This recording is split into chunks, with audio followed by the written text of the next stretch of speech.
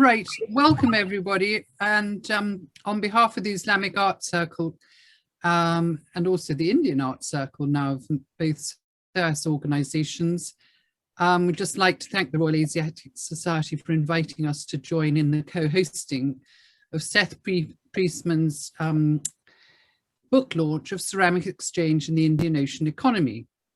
Dr. Michael Willis, who's a research fellow at the Royal Asiatic Society, will introduce everybody, because we've also got a panel consisting of Mark Horton, Elizabeth Lambourne, Derek Kennett, sadly not Daniela de Simone, but anyway, Michael will tell you all about that. Anyway, welcome, and if you've got, I'm sure he'll cover everything like some chat, questions, etc. Anyway, enjoy the evening. Thank you. Well, I'm grateful that everyone took some time to join, and we'll see how the mixed media goes. What's it officially called? Oh, hybrid. Hybrid, yeah, the hybrid setup that has been set up here in the lecture hall at the RAS. As I said, it's a pleasure to see you online and those who are here. And as Rosalind said, I'm Michael Willis. Previously, I was the lead investigator in a project funded by the European Research Council called Beyond Boundaries, Religion, Region, Language, and the State. That project ended last October. And we're still in the process of publishing all the outputs. Of course, there are some outputs online, a notable case being the epigraphic website, which is called sidhum.network. And there's lots of material there for free access. And hopefully you can find some of the things that you're looking for epigraphically on that site. Ironically, it was designed to be seen on a desktop, but also on a handheld phone, so that if you were on site, you could just quickly check whether the inscription you had in front of you was available. That opportunity, of course, much reduced by COVID, but still the resource is there, and the resource is slowly growing.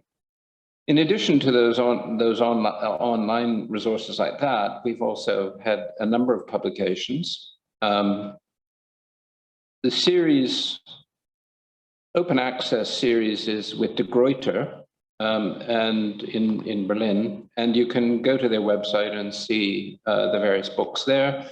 They are available free for viewing and for download, and if you wish to purchase a hard copy, that's also an option. A wide range of publications there, which I won't go into, but one of them of note for today is certainly the excavation report at Paitan that was completed by under Derek's leadership, and to which various people contributed, chapters, including myself co-authoring with Derek.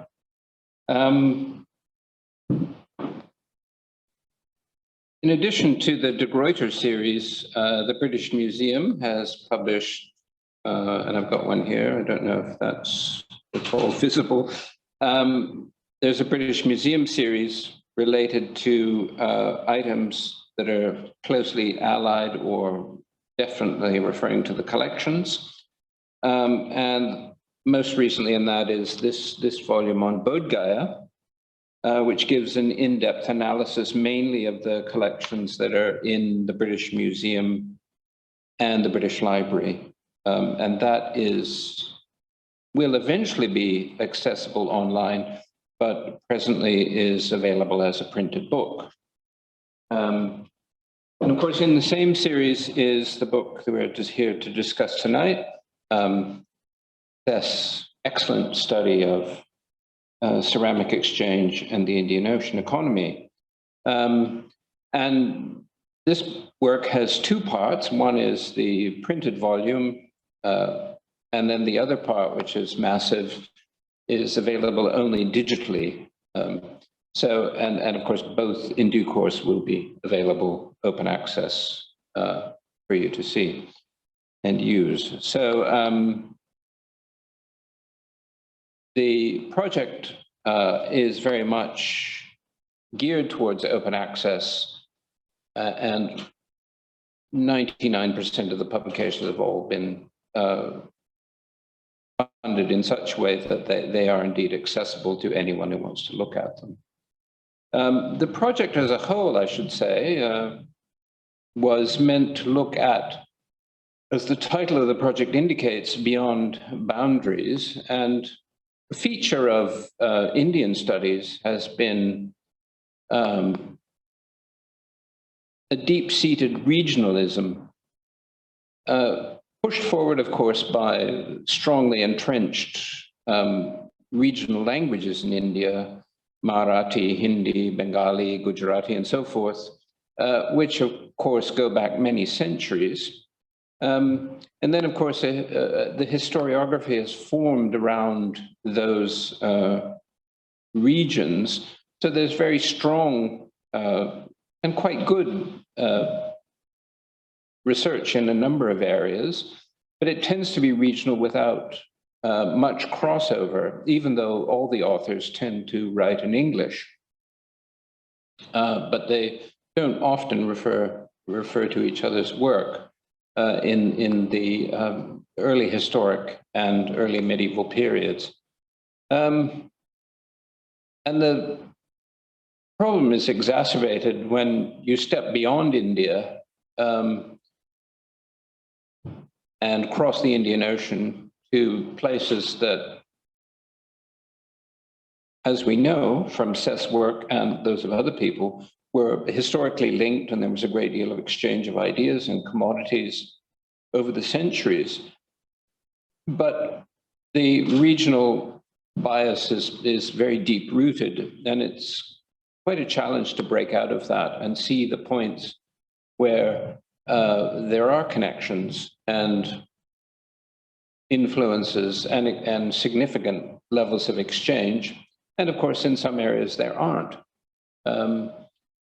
So it's a complex and nuanced picture, which is slightly accelerated, of course, since one could say about 1950 or 1960 by the rising tide of nationalism and the effort of these various countries to develop a national identity and a national history and a national archaeology, often quite inward-looking and not very often looking outward in ways that would be helpful for them. So that, broadly speaking, was my ambition in shaping the project. And the main motivation for bringing in Seth into the framework so that he would publish, develop, and finish and publish his work on the Indian Ocean economy. And obviously, it was a very wise decision to support him, as you can see from the results, which are certainly excellent. I have said about all I need to say, I think, by way of introduction, and the Master of Ceremonies is Seth. So you're next, I believe. Yes, so without further ado, Seth will deliver a slightly longer paper reviewing his findings. Thanks.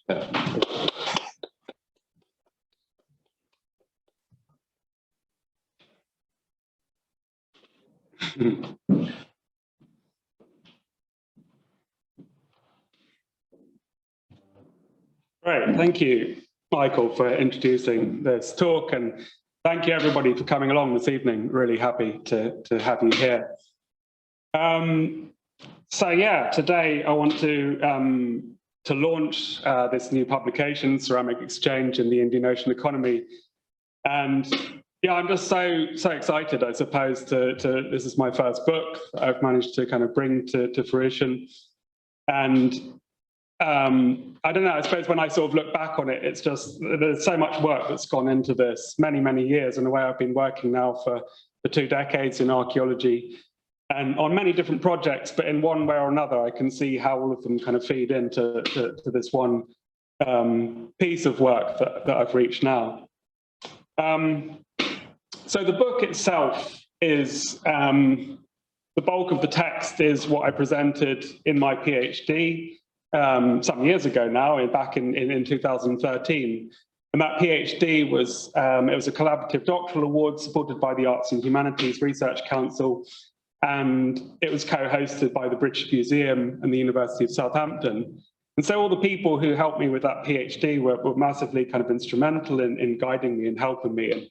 And I'd really like to say thanks to them, to my supervisors, especially Lucy Blue, St John Simpson, J.D. Hill, and the late David Peacock.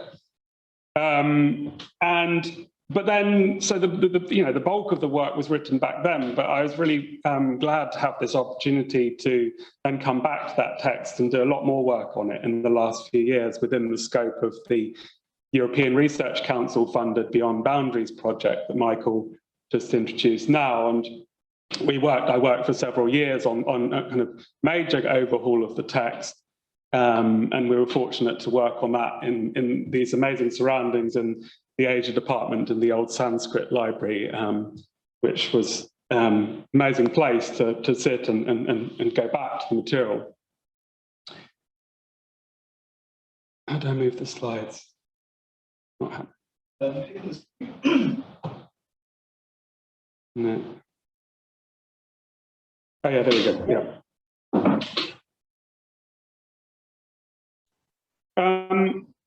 Oh yeah, sorry, just before kind of finishing on, so it's amazing to do the book within the Beyond Boundaries project, but you know, so many people have helped with this, and I'm not going to be able to thank them all, but I definitely need to mention Sarah Faulkner, who was the editor, who's amazing and kind of pushed me through so many things on this stage of the book. And yeah, it was amazing to find somebody who's maybe even more of a perfectionist than I am. So I'm really grateful for all her help. So today, yeah, I just want to go through, you know, a few things fairly briefly about the book to introduce the kind of the aims and the why I went into this study, the key questions that I was aiming to address.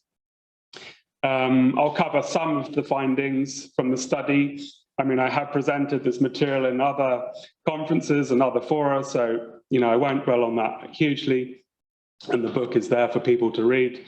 And then maybe think a little bit about future directions and where Indian Ocean studies are going. And that's especially why I wanted to invite some other people along this evening to talk. And at the end, I'd be really glad if the audience chip in as well. And if people want to ask questions, it'd be wonderful. Just raise your hand and switch on your mic, and we can invite you forward. But it'd be great to have a discussion at the end.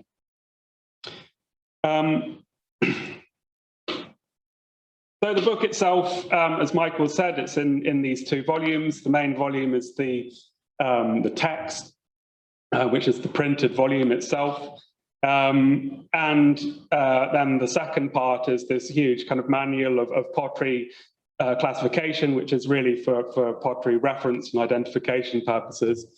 And actually just this morning, I found out that both of them have now been made available as open access for free downloads. So they're both available now on the British Museum website, and people can access them. I thought one kind of maybe entrance point to talking about this was the cover image. And I'd be really interested to see what other people, you know, what this evokes for you, or what you think about this, what kind of idea this sparks for you when you see it. For me, this is such a kind of evocative object and image, and you know what it is this 9th or 10th century cooking pot. Probably comes from Gujarat on the west coast of India, and it was found in the medieval port of Siraf. And Siraf I'll mention later, but it was the main early medieval port in the Persian Gulf and a real kind of linchpin in Indian Ocean trade. And we find hundreds of these, mostly in small fragments, but this object is unusual in that it's complete. And yeah, I suppose for me, I mean, maybe it's quite hard to put into words, but it sort of evokes this image of the kinds of things that were circulating and moving around in the Indian Ocean, which we might often think of as exotic and dramatic, and you know, in the text, most of the things that are mentioned are often binaries and things of great worth. But actually, I think what we often find when we look at the archaeology is that some of these things are perhaps more mundane than we might imagine. But obviously behind a cooking pot is a huge story of people's cooking and of their life, of family life, and all of these things that we could think about. So I suppose just to say, you know, that cover image, maybe people, I should, as a sort of disclaimer, I suppose, people might come to this book, the Ceramic Exchange in the Indian Ocean Economy, and think that it's a guidebook of all of these kind of incredible, beautiful, artistic objects of glazed ceramics that are made in the Islamic world, which do dominate, massively dominate our whole kind of discourse and thinking about Islamic ceramics. And, you know, of course, these are stunning objects, but behind that, actually, what we're finding archaeologically is this mass of broken material, and those stunning objects are only ever found incredibly rarely. So I suppose what I'm interested in is ceramic data as a source of historical information, ceramics as a source of historical information. I'm not coming at this subject because I think these are beautiful, pretty objects. I'm coming at it because it's an incredible resource for finding out about the history of the region, and especially factors of economy. And there's this one example, it's not within the Mediterranean, but I think, again, it's an incredible, sorry, it's not within the Indian Ocean, but it's an amazing example, which is this mound in the middle of Rome, the Monte Testaccio, which is this 35-meter high mound made up purely of Roman amphorae. And what this mound tells us is that there was this industrial scale trade happening at that time in olive oil exports from North Africa to the shores of the Mediterranean. And so in a way, what we're getting is this huge insight into what was happening in the Roman world. And I think in similar ways, we could take some of those kinds of ways of thinking and apply that to the Indian Ocean.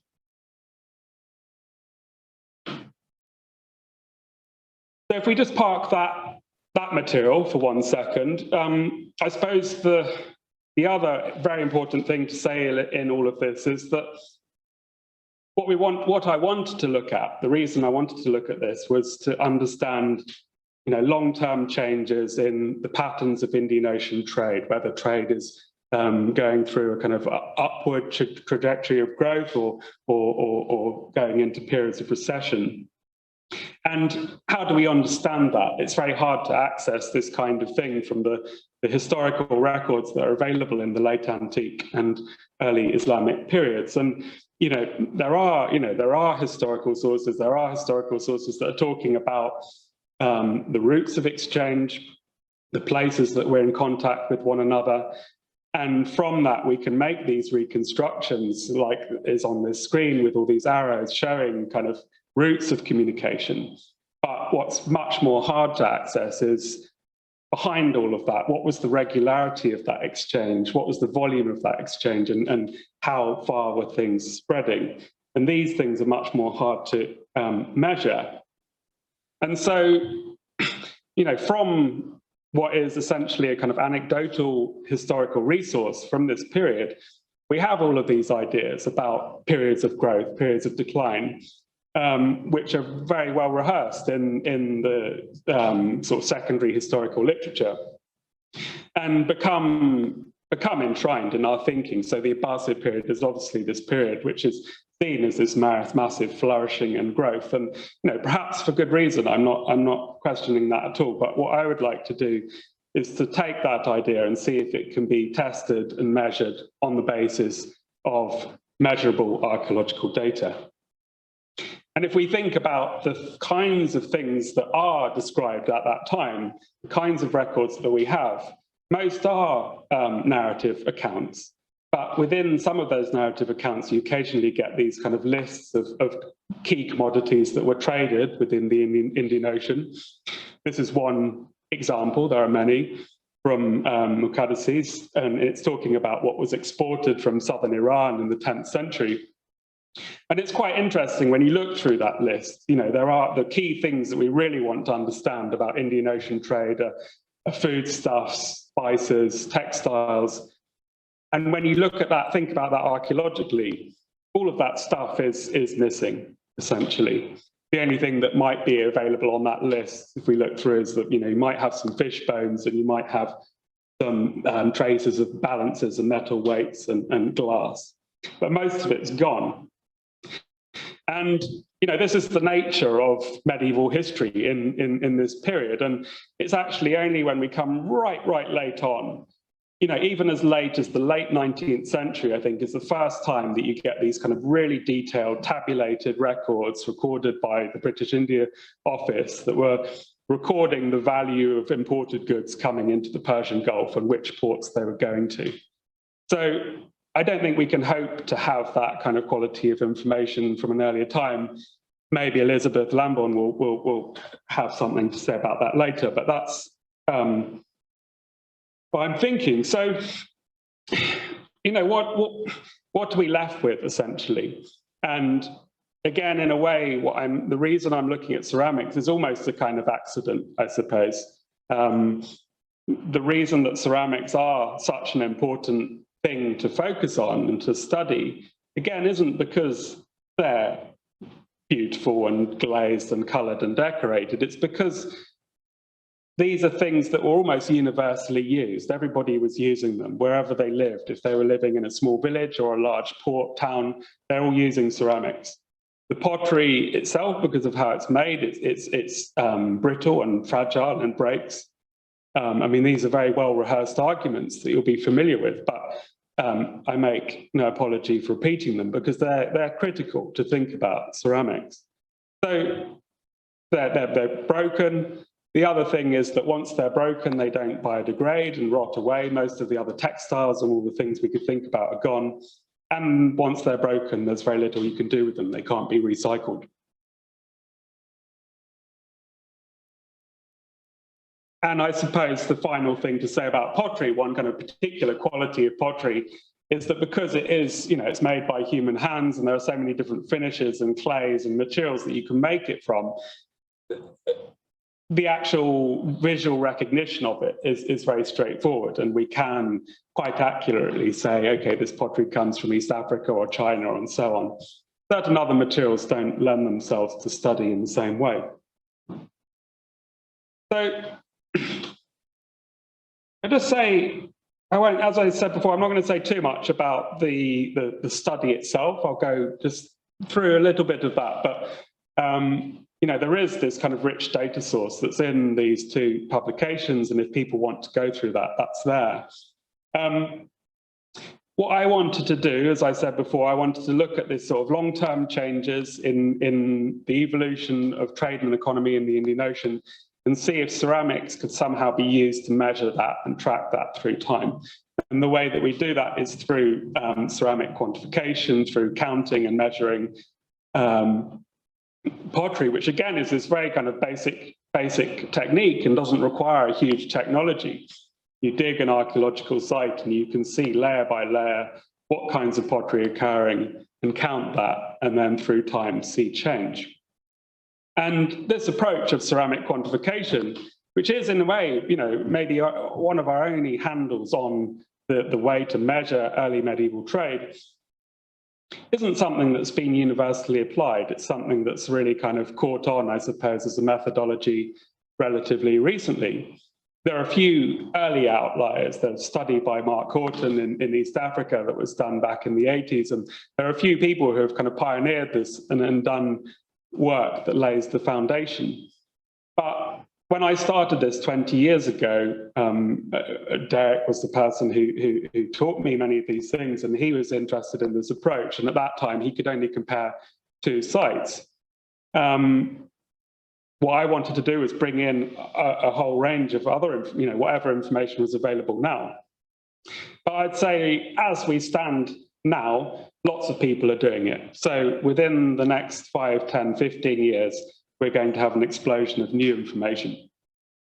But what I could do at this point was to survey the information from these 13 sites, from the Persian Gulf, from East Africa, from the west coast of India. And there are a few kind of key ingredients to that. There are a few key things that allow you to stitch all of this data together from such a large geographic area. One is to have a kind of standard classification of the pottery, which is often lacking because we're in this huge geographic area and people are going off on different paths in terms of how to classify it. So volume 2 is my attempt to kind of bring all of that information together. Another thing that's key is to have a kind of dating framework to pull all of the dating from these different sites together.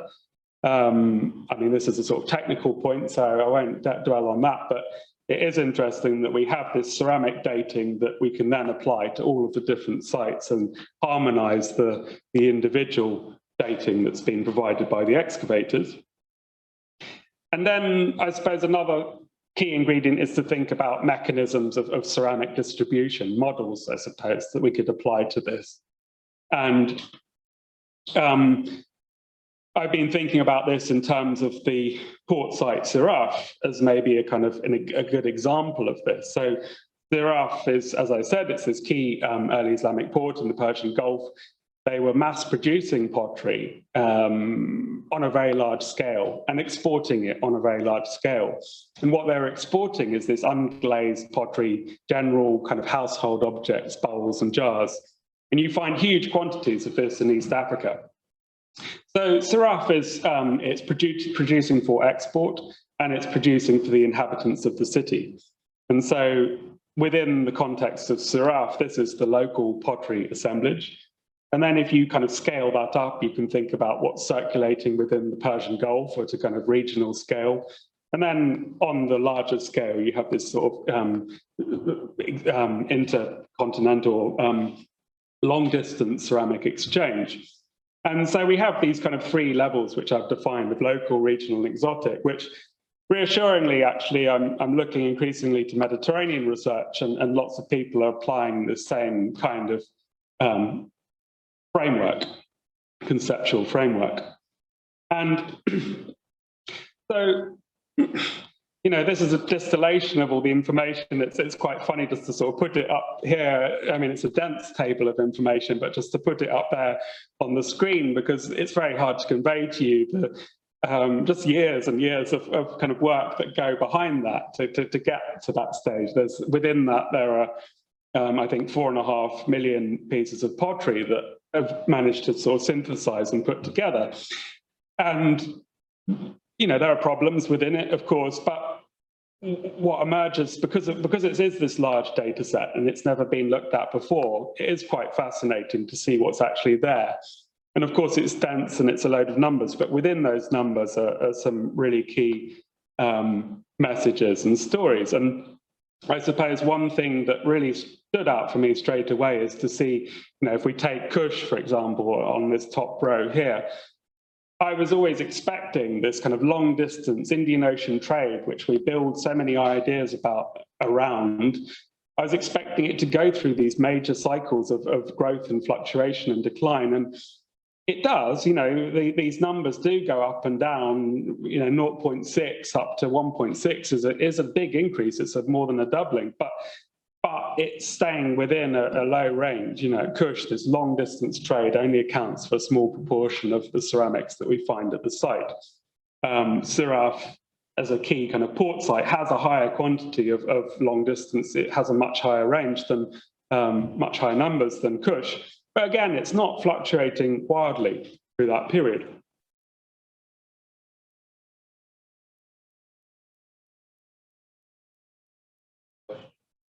No, all right. No, I've got, yeah. Good question. Yeah.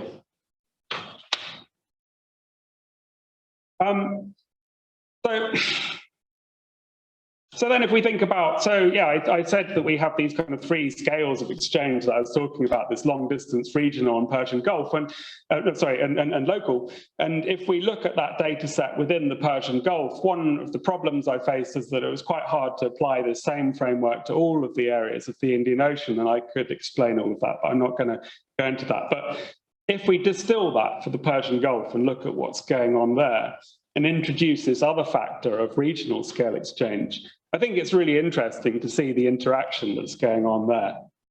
And you know, again, so Kush, if we focus on Kush, there is something really dramatic going on. I said before, the long distance exchange doesn't change that much through time, but the regional scale exchange goes up dramatically in those last two periods as we go into the kind of Middle Islamic period.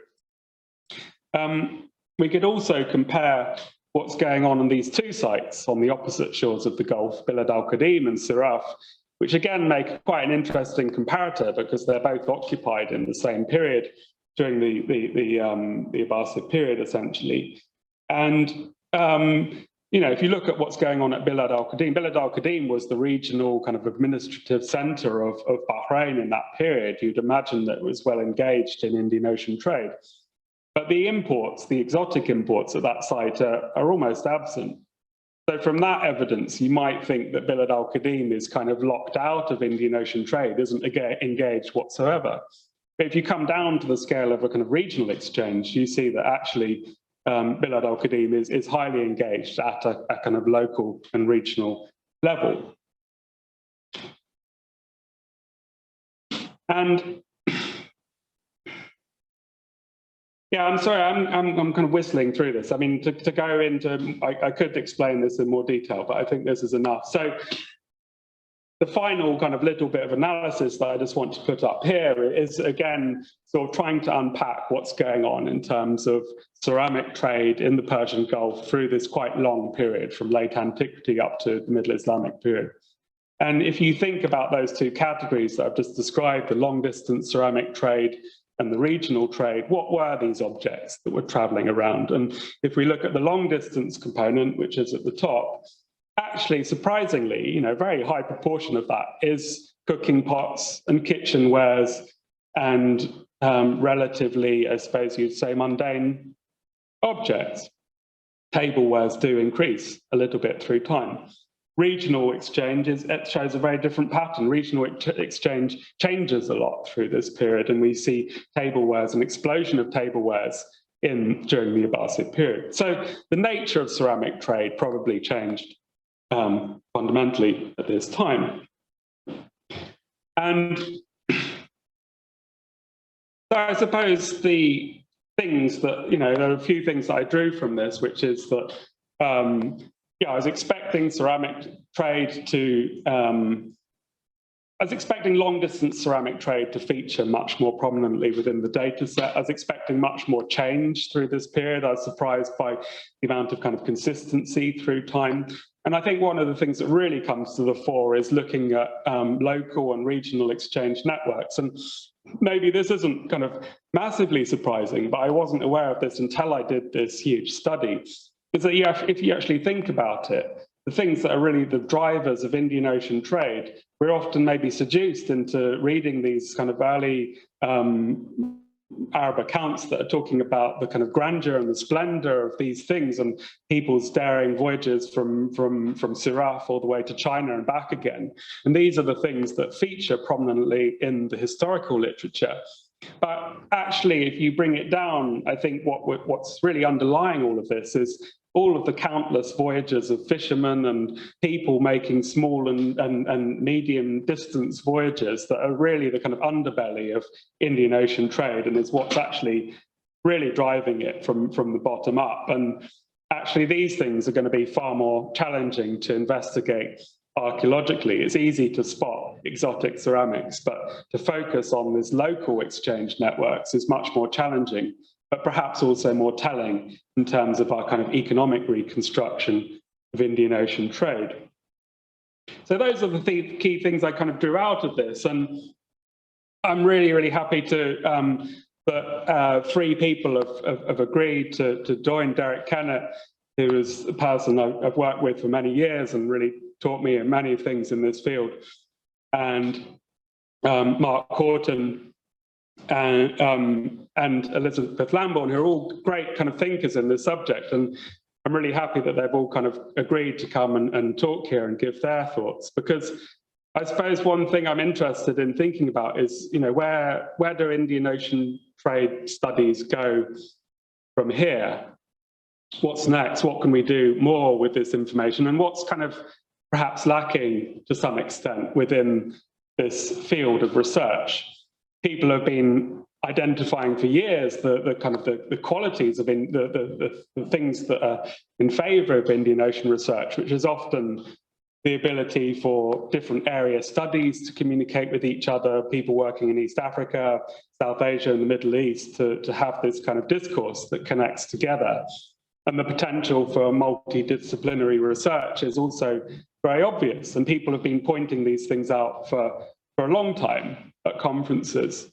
But it's interesting when you actually put all of these specialists together in a room to talk, it's actually quite hard, I think, sometimes to find a common language to bring these, what are quite disparate fields of research together into a conversation. And I suppose, yeah, I'm also thinking a little bit about, myself, where would you take this kind of quantitative ceramic approach next? And, I just put these three little kind of things up here. I mean, one I've talked about already is this idea of looking in a more fine-grained way at local and regional exchange in other areas. East Africa is a key place where that maybe hasn't been looked at.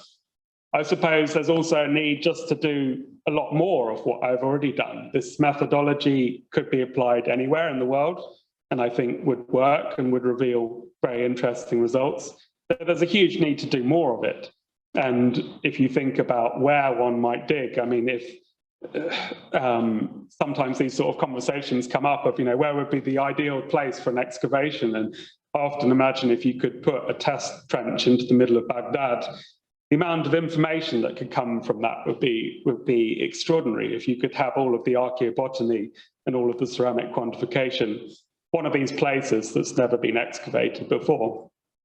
Maybe it's a pipe dream, but that's an idea. And then there might be new approaches in terms of what can be recorded and what we can do to take the quantification approach further. And there's just this paper from Jaresh that was published this year that I think is a site in Jordan, and what they're doing is really interesting. I mean, it's not massively different from what I've done, but I think the way they're presenting it is a really interesting example of kind of fairly cutting edge use of ceramic quantification. So those are the three kind of things I could think about, but I'd be really interested to hear what our next three speakers think about this kind of general issue. So yeah, with that, I'd be happy to hand over to Derek Kennett. Sorry, before we do that, would you mind asking if Mark is in the call under a different name?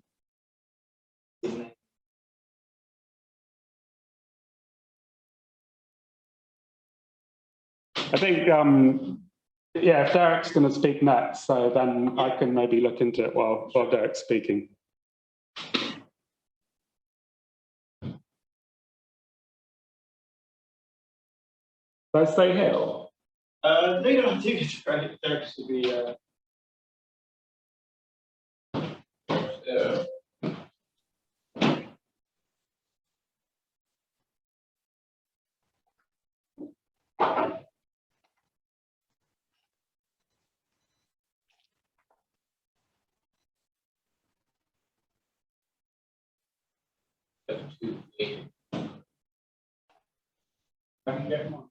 Hi, can you hear me? Yes. Yeah. Right. Hello, Yeah. everybody. So I'd like to start by congratulating Seth, really, on the achievement represented in these two volumes. It's a really significant amount of work, and it's required real dedication and focus to achieve. And although I think it's fair to say that some scholars looking from a more historical background might still be a little bit confused about the exact value of this type of work. And I think Seth's done a good job in trying to explain that.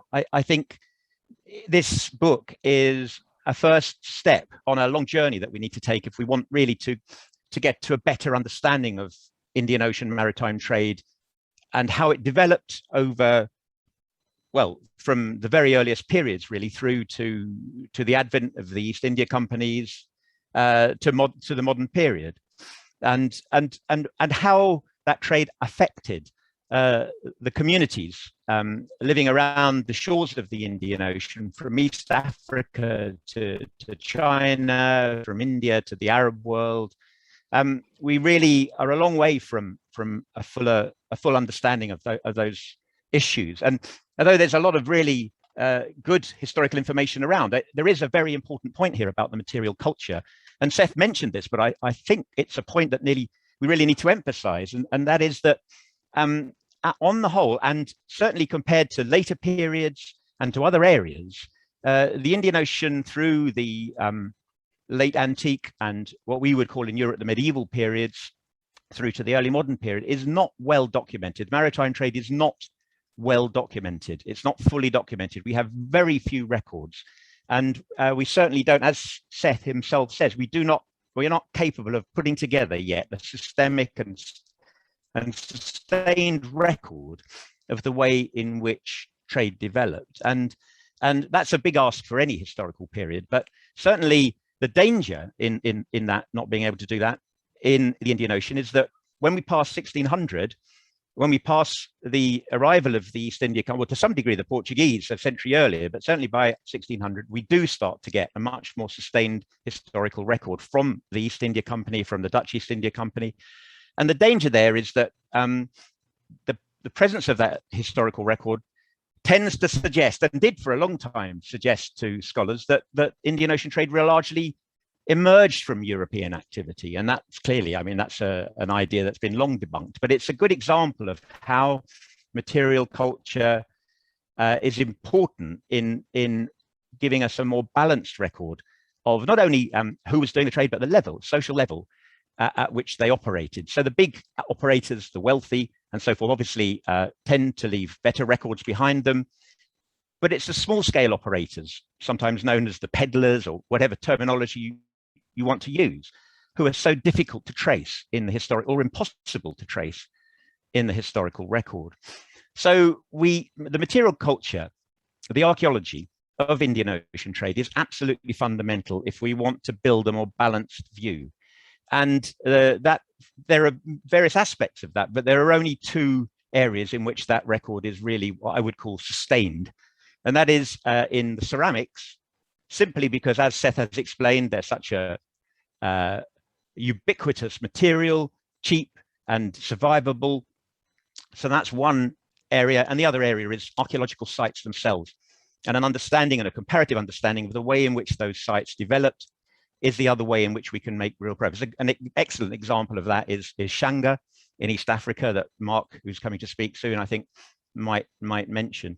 There are other elements, of course. There's the paleobotanical evidence, there's glass and precious materials and so forth, but on the whole, those materials are much more difficult to retrieve, they survive less well, and so although they give us important information, they don't really ever really going to provide us with a sustained record of what developed. So although it's certainly true that if one wanted to write an economic history of the modern world, one would not turn to a history of saucepans, which is effectively what Seth is doing.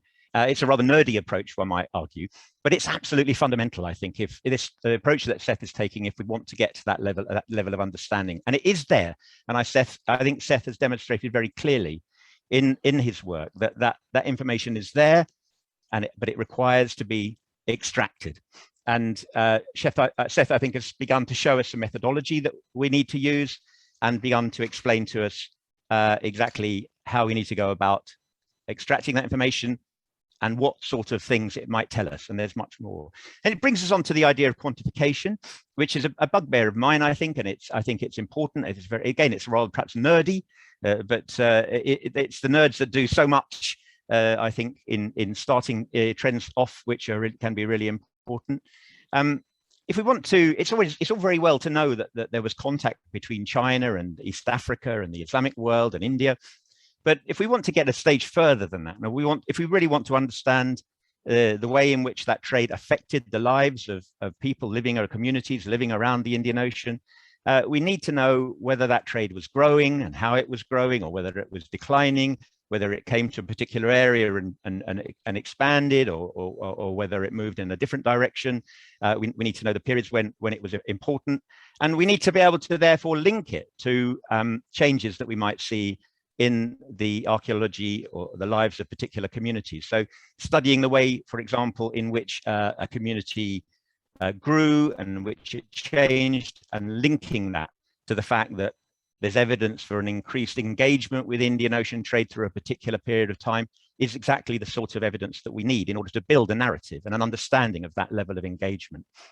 And it's interesting to look at, we generally conceptualize the Indian Ocean as an area of growth, really from the late antique period onwards. And these two maps, very well-known maps from Chowdhury, illustrate one example of a way in which Chowdhury here argues that an initial long-distance circuit of trade running from the Islamic world to China developed into a series of smaller circuits, and that relied upon a higher volume of trade so that the emporia that linked those circuits could function effectively. He can, without making a clear argument for it, he's assuming that there was a more or less steady growth in trade, and much going further back and perhaps a little bit more out on a limb, Janet Abu Lugod's work arguing that there was a sort of integration and that urban growth in early Europe, medieval Europe and China could be linked. Perhaps not many people would agree with that argument, but it's an important method of arguing, and it could still be used as a method. But it conceptualizes again the idea of constant growth. Vink, which Andre Wink, which Seth already mentioned, this idea that the Islamic world spread its economic tentacles, especially to India, conceptualizes the idea of economic growth and economic power and influence in that way. But when we look for the evidence for that growth, it's really very difficult to come across in the historical record, because historical records are by their nature, the anecdotal nature of historical records do not very often allow clear comparability between regions and between periods. This sketchy slide here from Macpherson's well-known book, The Indian Ocean, shows that as we read through the text, we see that there's a general, again, a conception that in every chapter, in every period, there was growth, increasing, expansion, growth, and yet the evidence for that doesn't really exist. And if this is a slide I put together based on a number of more archaeological or historical archaeological studies from Jan Wisman Christie's work in Java, Clark's work in Fujian province, and Mark in mine in the Gulf, we can see that if we start to try and look regionally for the archaeological historical evidence, we see that there's a very scattered picture, a very difficult picture to thread together, suggesting, I think probably correctly, that we're looking at a very fragmented picture, a very regionalized picture, and a picture therefore that is very difficult to integrate. And it's going to require therefore measures that are interregional. And I think the ceramic trade that Seth has introduced in this volume is exactly one of those measures that we might think of using, will really be an important tool for us to go further in our understanding. So that's pretty much what I wanted to say. I just wanted to restate my congratulations to Seth on the work that he's done. And I really very much hope, we know that over the past years, the contact that he's had with scholars from as far away as China, East Africa, and so on, starting to create a community of scholars with a similar agenda, using similar methodologies, comparable methodologies, that are going to allow us to overwrite these regional biases, historical traditions of the different parts of the Indian Ocean, and unite them more into a more sustained regional, interregional approach to the way in which maritime trade developed through the late antique all the way through to the modern, postmodern period, so pre-modern period. So congratulations, Seth, and thank you very much, everybody, for listening to me.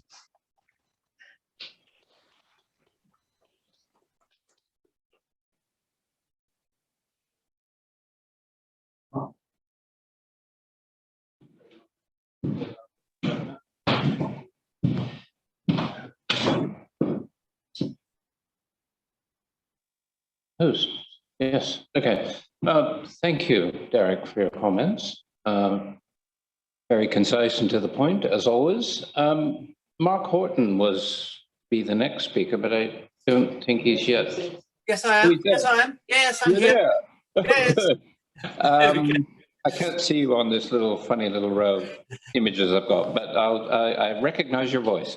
So, without further ado, we can hand over to Mark. Welcome. Thank you. Well, thank you very much. And first of all, my great apologies for not actually being with you in London. We have to use all these virtual methods now with the horrors of COVID and so forth. I'm way over in the West Country and it was proved to be a little difficult to come over. So I'm here with you in spirit. And it really is really exciting to be part of this process. This launch of Seth's long-awaited book, which we've seen in lots of different versions. I, as his external examiner at Southampton some years ago, and then various iterations and so forth, and be part of that journey even before that, when he was doing the valuable work and the survey of the ceramics from Siraf. And I can say that I sort of have a bit of an earlier engagement, because I had a student back in the 1980s called Anuradhapura from Sri Lanka, who tried to do the same thing and got rather stuck looking at the collections in the Ashmolean Museum, not in the British Museum. So it's amazing to see this really incredible piece of scholarship. I should just wave it and say just how thrilled we are, and that we're going to have to now use this as our vade mecum. As you all know, I've worked mostly in East Africa, that I have worked around the Indian Ocean. And I thought it'd be useful to, as it were, set this in a little bit of historical perspective in how essentially ceramics, in particular glazed ceramics from around the Indian Ocean, have been used, and to some extent non-glazed ceramics have been used or were historically used by archaeologists. In the days in the 60s and 70s, people like Neville Chittick and James Kirkman had no handle on the ceramic, on the chronology of their sites. And they had an innate distrust of radiocarbon dating in any way to actually provide a chronological structure. And so they looked to imported ceramics, as they referred to them, as a way to provide a chronological framework for their excavations. In some cases, they were rather stuck because there were no proper dates for any of their ceramics from the Middle East with which they could then compare their stratigraphy. So they made educated guesses, some of which have been turned to right and some of which have been turned out to be wrong. But the idea that basically ceramics were just simply there for dating purposes. And as linked to that was another misfortune, really, which was the lack of proper controlled recovery. So excavations took place with local workmen digging the stuff out, and they basically kept a lot of the shiny stuff and threw away all the local ceramics, creating a very odd chronology and a very odd set of statistics, because the recovery was so hit or miss. But it didn't really matter, because all they wanted was dating evidence in their ceramics. And so this kind of created, as it were, a problem. They were sort of stuck on the side. They weren't integrated into the cultural heritage narrative of these sites. They were just simply instruments to try and understand what was going on.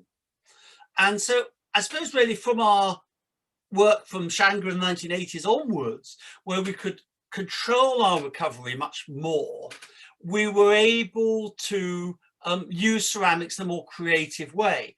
Provide reliable statistics, for example, of the percentages of different ware types, or the overall percentage of pottery that's coming from different parts of the Indian Ocean world. And we could do that because we were sieving and so forth, and actually counting sherds in a reliable and systematic way. And so we're able to begin to produce networks and understand how these different networks worked. But the problem with that approach, and Seth has brought it up in his book, I mean, in the classic sherd, we have a sherd of Changsha pottery, for example, from an East African site. How did it get there? How does that reconstruct the network that it come from? Is it coming via South India, via the Persian Gulf down to East Africa, or is it coming directly from Southeast Asia, or is it indeed coming by some mysterious Chinese ship that's coming directly from East Asia? So they understanding, as it were, what these where occurrences is in the archaeological record has and continues to become as it were, problematical, and how we tie those into the historical narrative. And so really by looking at Seth's great corpus, we can actually look at the finer details in this and begin to recover, as it were, a little bit more historical interpretation behind the ceramics. I want to make two further points. One is the meaning of ceramics. And I think that we see these as trade goods moving around, as Derek put it, we're doing the archaeology of saucepans, but actually were these ceramics undertaking these functions?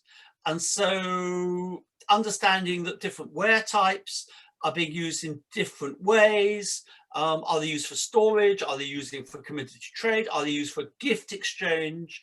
And within the African context, we can see that diversity really dramatically, how they're placed on tombs and mosques and so forth. They clearly have a materiality about them beyond the simple functionality as objects. And I suppose the related point of that is ideas about regionality and the way in which ceramics are being used and used in different ways in different regions. So there's a complexity about this, which I'm always amazed that the whole ware classes that are not present in sites that we know are being occupied, whereas a site 50 miles away has that material in copious quantities. And so how do we interpret that? Is it to do with taste, or is it to do with regional trade patterns, or how do we get at those statistical patterns that we can do? And I suppose the last point, which I suppose wraps up all those four above points, is a plea can we do to move to science? That it's very easy to do typologies of pottery, but I think, and now we've got them, we now have to do the science on them. And it would be great if we can really start using the complexities to pinpoint the fine granular nature of these pottery traditions, where they're coming from, where they're going, whether we're comparing like with like. Some of the work, for example, that's done on the bitumen that's contained within the torpedo jars is a good example of where science is really helpful in pinning stuff down precisely. But I just put a plea that I think that this is really the next stage in turning this, as it were, absolutely magnus opus into something where we can really start to write history about it all. Thank you very much, and congratulations, Seth. It's the most amazing piece of work, and we'll always be using it.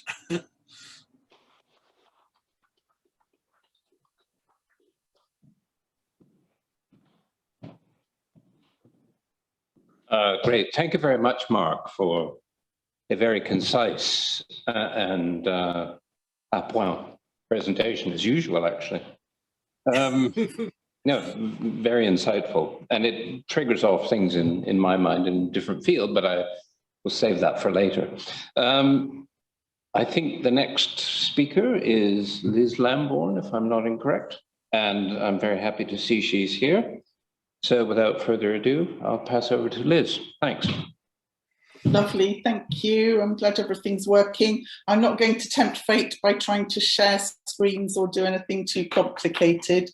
I think I have to start, like everybody, really, with a very genuine statement of congratulations and admiration for Seth for synthesizing and studying the results of 4.5 million sherds. The very figure makes me feel slightly dizzy.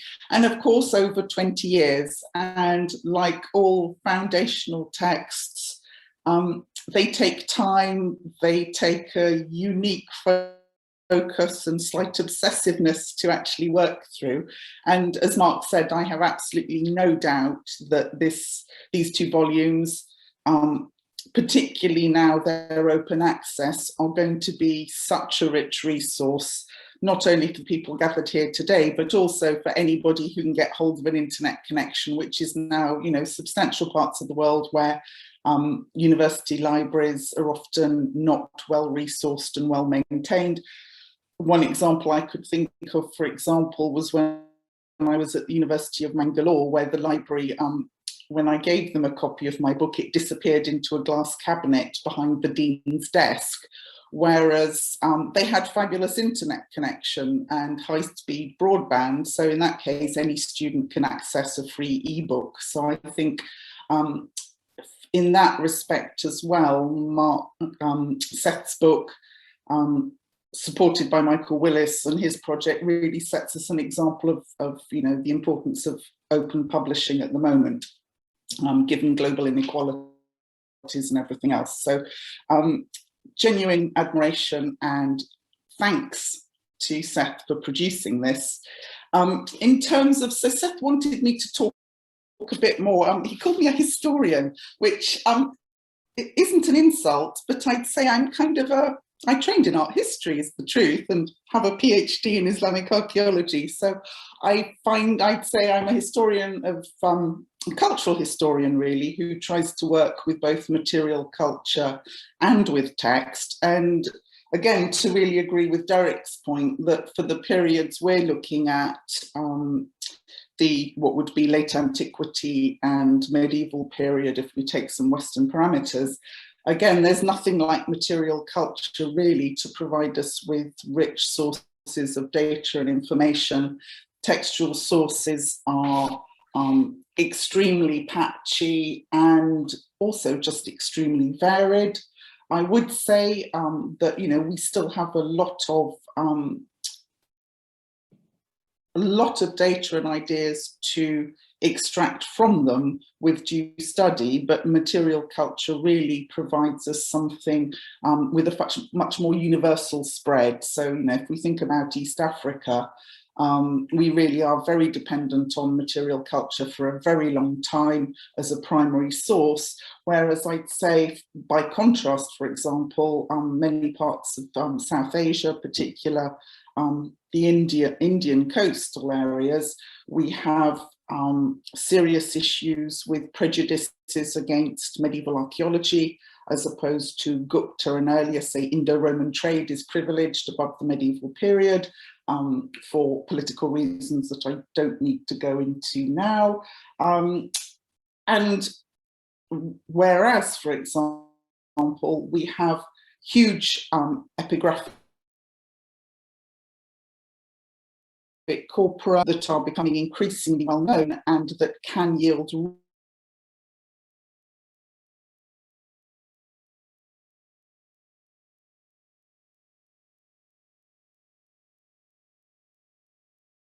Elizabeth, can you hear us okay? I think we might have to wait a couple of seconds. Back to us.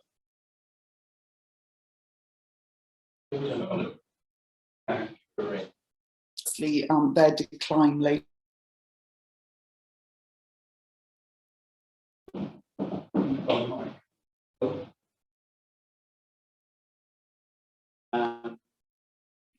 Can you still hear me? Oh, there we go. Yeah, sorry. Somebody, for some reason, Zoom decided to reboot. I have no idea. No, so saying then, for example, for South Asia, epigraphic material can give us very, very helpful insights into regional patterns of trade, specifically of trade when it comes, for example, to the developments of ports, changes in duties or management of port administration. So yes, for medium, looking at regional and medium scale exchange, I think that can be really helpful. I'd also make a plea as well. It is a very unique body of material. So we're talking about the Cairo-Geniza India book material. It's a corpus of around 500 documents that relate to trade between Malabar and modern-day Gujarat, to mainly the Eastern Mediterranean via the Red Sea and Aden. So it's a body of documents that exists over maybe 150-year time span only. Nevertheless, it's a very valuable resource which is still being worked on and exploited, as you might know from my book, Abraham's Luggage. Where I found it, I think it's a really helpful kind of textual source to hold up against material culture, and particularly ceramic study and ceramic quantification, is not necessarily for what I expect Seth would like me to say, which is for being, providing documents that give more quantification about the volume of trade, or that give pricing information, exchange rate, things like that. I'd say on the whole, the Geniza India book material is not particularly strong for hardcore economic history, but where I do find it incredibly helpful is for contributing to some of the points Mark made.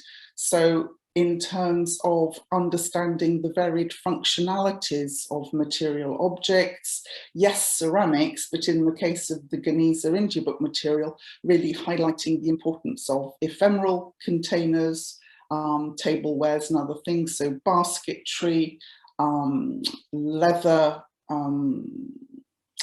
water containers, things like that, basketry, leather, metalwork, glassware as well.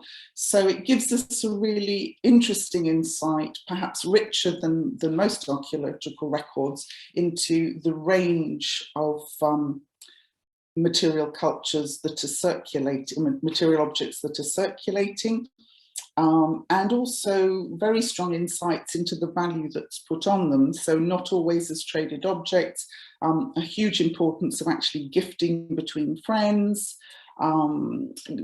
fascinating evidence for, in a way, the exoticization of the locals. So the way that very bog standard, mundane glassware, for example, from Aden, takes on an exotic quality simply by crossing the Western Indian Ocean to South India, where it's not commercially available. And this is actually something that's often either transferred as the result of personal shopping, requests from one merchant to another to supply it to him, or gifted. So I think texts like this, although we have problems with the Cairo Geniza many times, understanding how much these activities and values might be particular to Jewish merchant culture, or more widely applicable to any merchant from the Islamic Middle East, I find it a very thought-provoking body of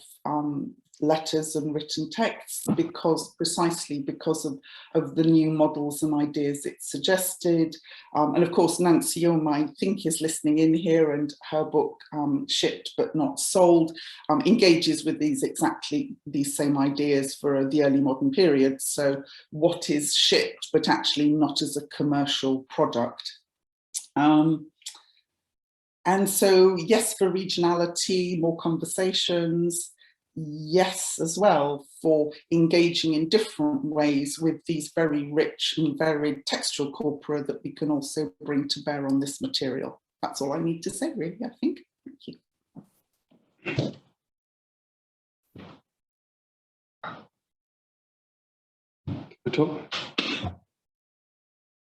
Great, thank you so much, the three of you, for giving your thoughts. Yeah, I just thought that was really interesting, those three responses. I suppose, yeah, there was just maybe before kind of asking questions, there was just maybe a little bit response. I was thinking to what you were saying, and Elizabeth, I thought it was really interesting what you were saying at the end, especially about the kind of looking at the Geniza, the Cairo Geniza documents, to look at the kind of the motivations and the more of the kind of fine texture of how these transactions and interactions happen, because it's really hard to know all of that and to imagine all of that unless you're kind of prompted by this material that can actually kind of get you down to that fine level of texture and detail. And I think that's what I find really interesting reading your recent publications and books, is what's in there. And one of the things you published recently was about looking at the kind of containers and what the containers are made from and how heavy they might have been and how you shifted them around, and getting into all of this kind of level of actually really sort of thinking about the materiality of it. And I think we've got to kind of get to that level of detail. So I'm glad you brought that up. And Mark's, I thought what Mark was saying was really, the plea about using kind of science is so sort of pertinent. And I suppose we are getting to that level of detail. He was referring to the study that we're doing of the bitumen and the composition of the bitumen analysis with Jack Connon and other specialists. And this is a very kind of collaborative work. It's not something that any one of us can do alone. It can only happen if you plug different people's knowledge together. And I suppose one sort of slight frustration I have, I don't know if other people agree, but when you look at archaeological science, there is a temptation, I think, sometimes for scientists to approach it with their scientific knowledge, approach the archaeological material and want to apply the techniques and things that they're using, but maybe without the background of the archaeological information, which is crucial. I think it's really hard to analyze a bunch of sherds and get all of the compositions and so on, unless you can relate that detail to the big picture, which is provided by the archaeology of studying all of this material.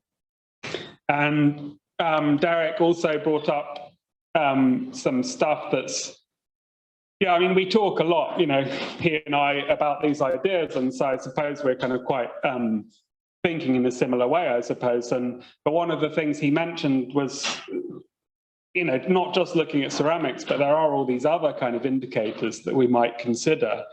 And I think maybe that's so important, especially the sites. That's something that isn't really addressed in this current book. This current book is something quite specific and quite pure, but to make a bigger kind of economic reconstruction of Indian Ocean trade, we need to bring in these other factors. And there's a very good book, recent book by Mike, his first name, Wilson, looking at the economy of the Mediterranean economy, and he's kind of bringing out all of these different, he calls them sort of economic performance indicators that you might use, and ceramics is one of them, but the other things is looking at site settlement and the number of sites that are occupied and how those change through time. I suppose one thing that hasn't maybe come up yet that anybody's addressed is sort of why systematic long-term economic history. And I don't know if I don't really feel like I'm the best qualified person to put that case. There are people who put it more strongly, but I think this view of sort of long-term economic history, it helps to explain so many things. The reason I came into it is because I wanted to understand how these sites are being occupied within the region and what's stimulating. So why is Siraf occupied at that time and why does it decline? And you can't explain that in isolation. The only way you can explain it is in terms of this bigger mechanism of Indian Ocean trade. So it becomes a kind of explanatory principle.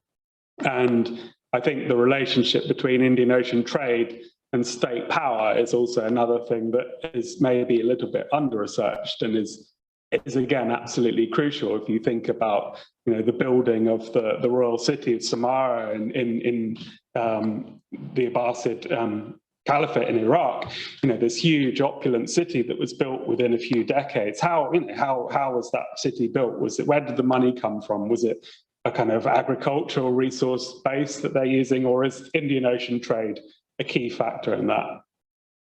So those are the kind of few things, immediate thoughts, but it'd be great if anybody else wants to come back in, any of the speakers or attendees.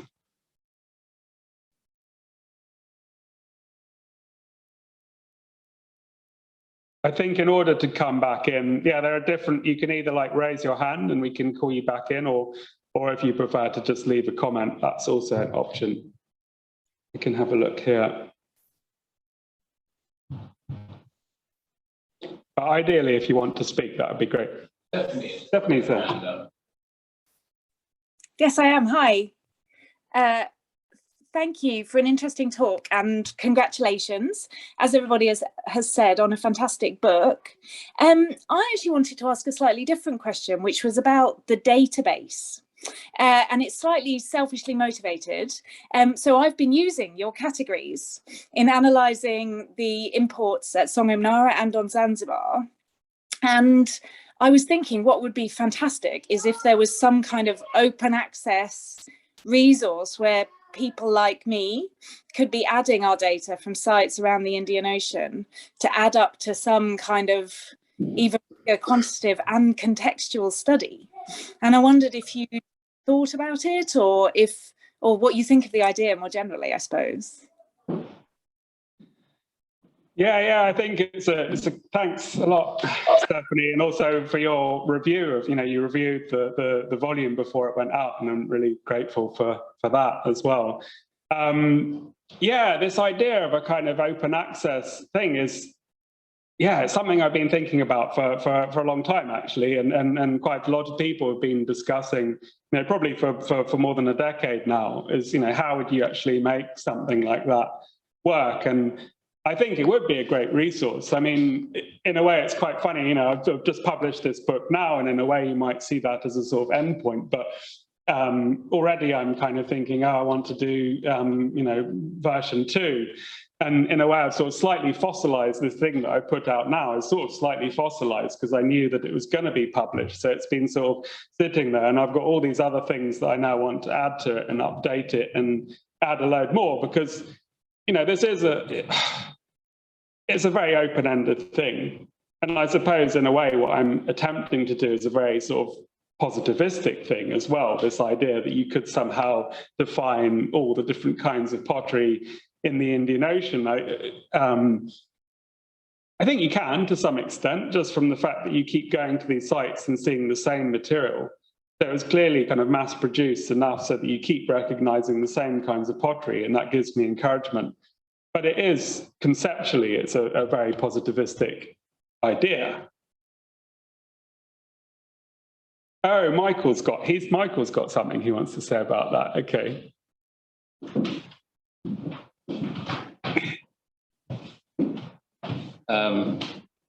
Yes, it's a very good point. I see Geffen has his hand up, but we'll get to him in a moment. Yeah.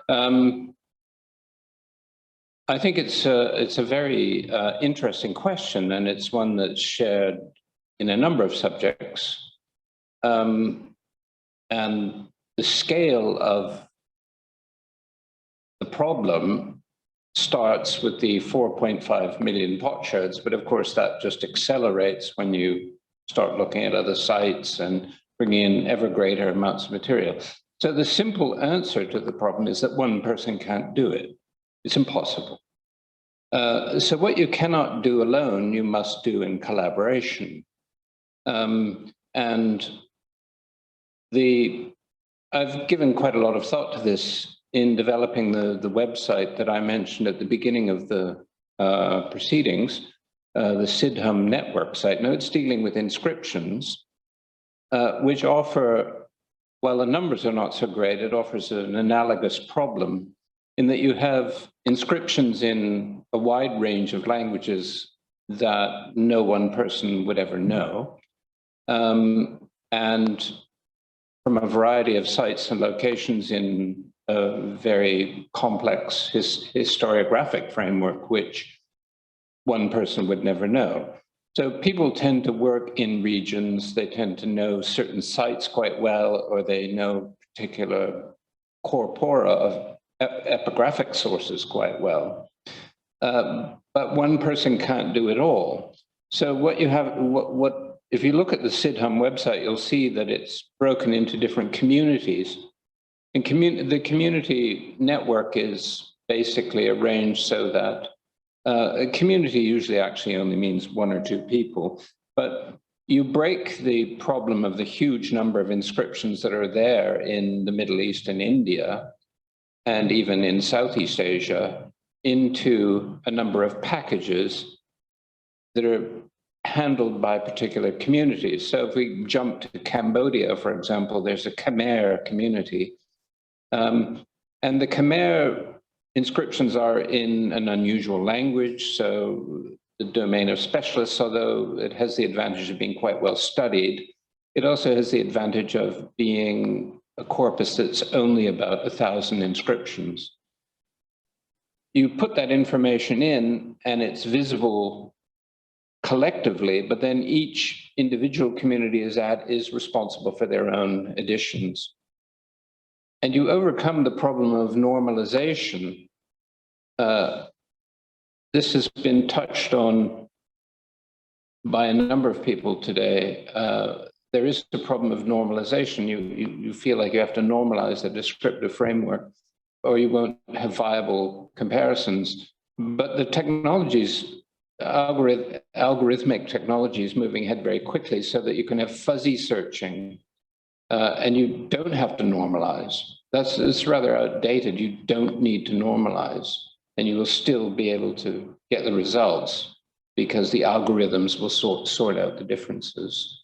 So there are ways forward, and I would suggest a website suitably grounded, in secure protocol, where each group of scholars enter their data and just constantly update it.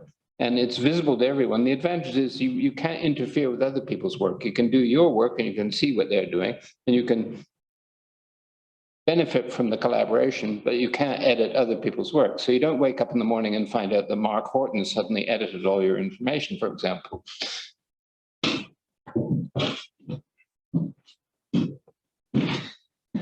Thanks for that. Yeah. So I think there's there's definitely scope for something like this, and we should carry on that conversation, Stephanie, and anybody else who wants to as well. I could talk for hours about that, but let's take another one. I think Gethin is here. Gethin Rees. Hi there. Hey, Gethin. Hi, Seth. Congratulations on your book. And I remember when we were undergraduates together, and you wrote outstanding pottery project. And all the rest of us were really jealous, I remember, of how great that was. And it's just great to see that progress, over all these years to this fantastic book. So my question was really just about that really in-depth slide that you showed with the percentages of pottery that was exotic and local. And I just had two quite specific questions about that. First, maybe it was written on the slide, I didn't notice. Are those number of sherds, or is that by weight? And secondly, how does the geographical location that have been excavated within the site, how might they affect those percentages and the utility of those percentages for understanding the economy? Thank you. Yeah, great. Thank you, Gethin. So yeah, those are quite kind of sort of technical pottery questions. There is obviously, there's obviously this really important issue of like how we even count pottery, and there's a whole chapter in my book about how you count pottery, and there's a huge literature on that. And I won't go into that now. I suppose just the one thing to say about that is that in the end, there are lots of tricks that you can play, kind of statistical and mathematical tricks that you can play in terms of finding kind of pure and accurate ways to record. But in the end, it's so important to have something that's pragmatic and applicable to all these different kinds of data sets that have been collected over the years in some way to make them all talk to each other. And so in the end, you have to go for something kind of pragmatic. And I suppose the other thing is about kind of variability across sites that you were talking about. And of course, that's such a big kind of factor in that, wherever you dig, if you dig in if you dig within you know, very particular areas of the site, then you're going to have very different kind of patterns that are kind of come up from that. I suppose I've taken the view that what I'm looking at is sites that are all kind of quite similar in some ways. They're all settlement sites. They're all ports and towns around the Persian Gulf. And what we're looking at is often kind of household refuse and mixed together in these sort of redeposited contexts where all the pottery is churned over and mixed together. And so you have some kind of averaging out that's going on. And, you know, obviously that needs to be tested. We need to go back and look more carefully at these sites and test those sort of assumptions. But I think they're more similar. I think you'd run into more difficulties if you were, say, trying to compare like the assemblage from a tomb to a settlement, or to the pottery that you find from a plough soil assemblage, and these very different kinds of sort of archaeological formation processes. But within all these sites, I think the formation process is roughly equivalent. So there are assumptions behind it. And I think you asked about the numbers. The numbers are all percentages of what's found. I hope that answers what you were saying.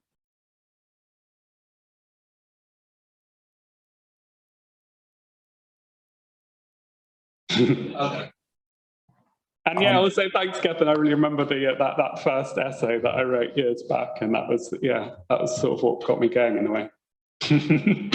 Yeah, thanks, Seth. That was a great answer. Cheers. Oh, and then Derek. Seth, can you tell us a bit about what your next project is, please? My next project. Thanks, Derek. Yeah, I've got lots of projects on the go at the moment. There's actually this thing I put on YouTube the other day that's sort of an interview with the Iran Studies Collective, which I was really happy they kind of approached me and asked me what I was up to. And so it's quite nice to sort of talk about what I was doing. And in there, I talk about a lot of them. I suppose I'm sort of juggling different things, kind of freelance work at the moment in the Middle East, different fieldwork projects, and quite enjoying that opportunity to, again, I suppose a bit touching on what Stephanie was saying in terms of how to develop this thing. The thing that I'd really like to develop is, you know, this book is focused on 400, the period from 400 to 1275, but the obvious thing is to extend that range. And so I've been working on these big late Islamic assemblage from the United Arab Emirates, which really covers that whole period. Also the material from Julfar, so the middle kind of end of the Middle Islamic period. So really kind of padding out that whole kind of late Islamic phase that I hadn't worked on so much before. And that's been really interesting to take the story up through time. But then I suppose my main focus at the moment is to take the story back in time. And so at the moment I'm working on this project in Eastern Saudi Arabia with the French team at the city of Faj, which is this amazing site founded around the 4th century BC and carried on being occupied for about 1,000 years. And it was this huge walled city. It's a 40-hectare walled city, massive, and it was involved in the overland trade of primarily of aromatics up from South Arabia into the Gulf, and profiting from that very lucrative trade. And yeah, it's really interesting to put together this kind of ceramic sequence from essentially the Hellenistic and late antique periods.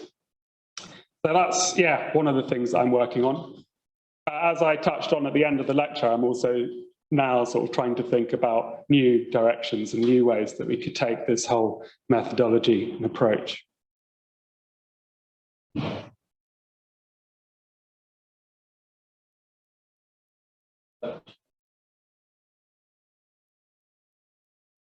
Yeah, we probably have time for like one more question if there's one more person who wants to jump in.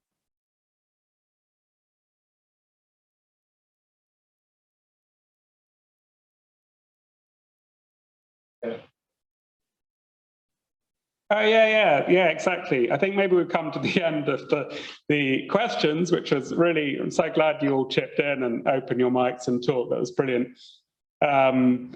This conversation could carry on, and no doubt it will. But Michael's very kindly agreed to give a few sort of closing comments to this evening. But yeah, just thank you so much, everyone, for coming. I'm really, really grateful to you all for joining me here from around the world. Really appreciate it. And I'm really excited to have this book out and have it out there. So yeah, look forward to the conversations with you all going forwards. One more question. Oh, sorry, we've got one more question. Okay. I think they've just lowered their hand. We can. Yeah, I'm asking to unmute. I think we're kind of out of time, but yeah, thank you so much for joining in. And Michael's going to say a few closing words. All right. Right. Well, thank you, everyone, for taking the time to join us. And although the pandemic has brought many difficulties and challenges, it's also enabled meetings like this where people from many different places can get together when otherwise they just wouldn't have the time or the resources to meet. So we've sort of turned disadvantage into advantage.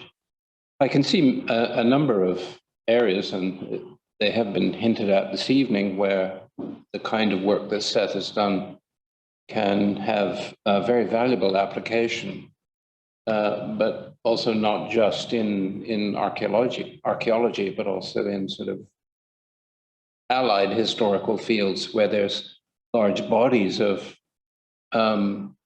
data where the methodology, quite frankly, is not nearly so advanced. It's still at the stage of the 50s or the 60s where you'd go to a site and you'd pick up the most attractive looking bit of exotic pottery and use that in ways you could. So it does open the door for approach to all sorts of historical material and to give us really significant and scientific insights into the